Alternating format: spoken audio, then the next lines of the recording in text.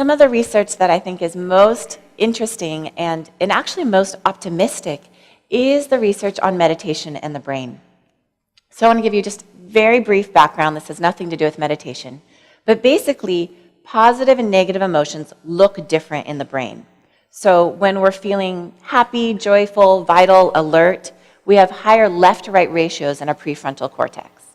When we're feeling depressed, anxious, in fact, even people who have post-traumatic stress disorder or severe depression, we see much greater activity in the right-to-left ratio in the prefrontal cortex, which is this part of the brain that developed more recently.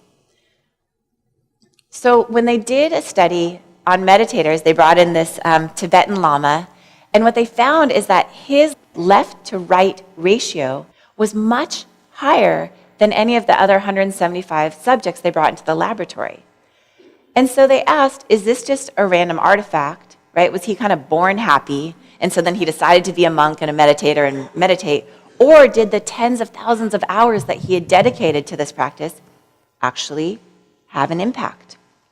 So they did the gold standard, which is a randomized controlled trial. They took 41 biotechnology employees who had never meditated. If they can do it, anyone can. They randomly assigned them into a mindfulness group taught by John Kabat-Zinn, or a waitlist group, and then they looked, is there change in the activity of the brain? And what they found is that 4 months later, there was significant differences in this left-to-right ratio, where they had much greater activity in the left to right with greater positive emotions, vitality. This is extraordinarily hopeful, and I want to explain why for those of you who aren't psychologists. In psychology, there's something called a happiness set point, and it's been repeated over and over again in the research that we find that people basically, just like you have a weight set point, you basically have this kind of continuum of happiness that you're born with, and you can't really move it too far. So what they found is that when you win the lottery, you have this initial blip of, yes, life's going to be great forever, and then a year later, you're back to your baseline level of happiness. If you're in a terrible accident and you become a paraplegic, you have this huge dip, and then within 1 year, you're back almost to your baseline. When I first read this, I thought it was shocking. So surprising, and yet they replicate it again and again. So this is great news if you were born happy, right? It's like, it doesn't matter, you get divorced, you lose your job, whatever, and you just pop back up. It's like you're a Bobo doll. This isn't such good news for most of the people that I work with who are coming to see me, where they weren't necessarily born happy. And so even if you work really hard and you make a lot of money and you get the house in Hawaii, or you win the lottery, or you marry the perfect person, or you have, it doesn't actually change your happiness level. What is so hopeful about this new research is what it says is that even though changing your exterior circumstances, winning the lottery, doesn't change your happiness level, changing your interior landscape can.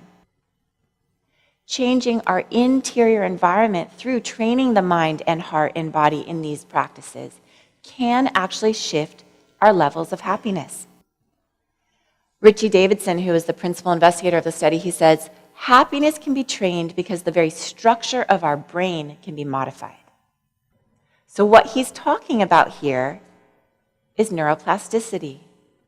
Our repeated experiences shape our brain. Does this remind you of anything? Right? It's exactly what this monk told me. What we practice becomes stronger. Everything that we practice, every single moment matters. So these are brains from Harvard. I think that makes them a little more special. And basically, Sarah Lazar did this wonderful early research, and what she found is that meditators, the actual parts of their brain that have to do with attention, concentration, emotional intelligence, compassion, those parts of the brain actually get stronger, bigger. It's called cortical thickening. And that this thickening is correlated with practice. What we practice gets stronger. So the way I like to think of it is we have these super highways of habits.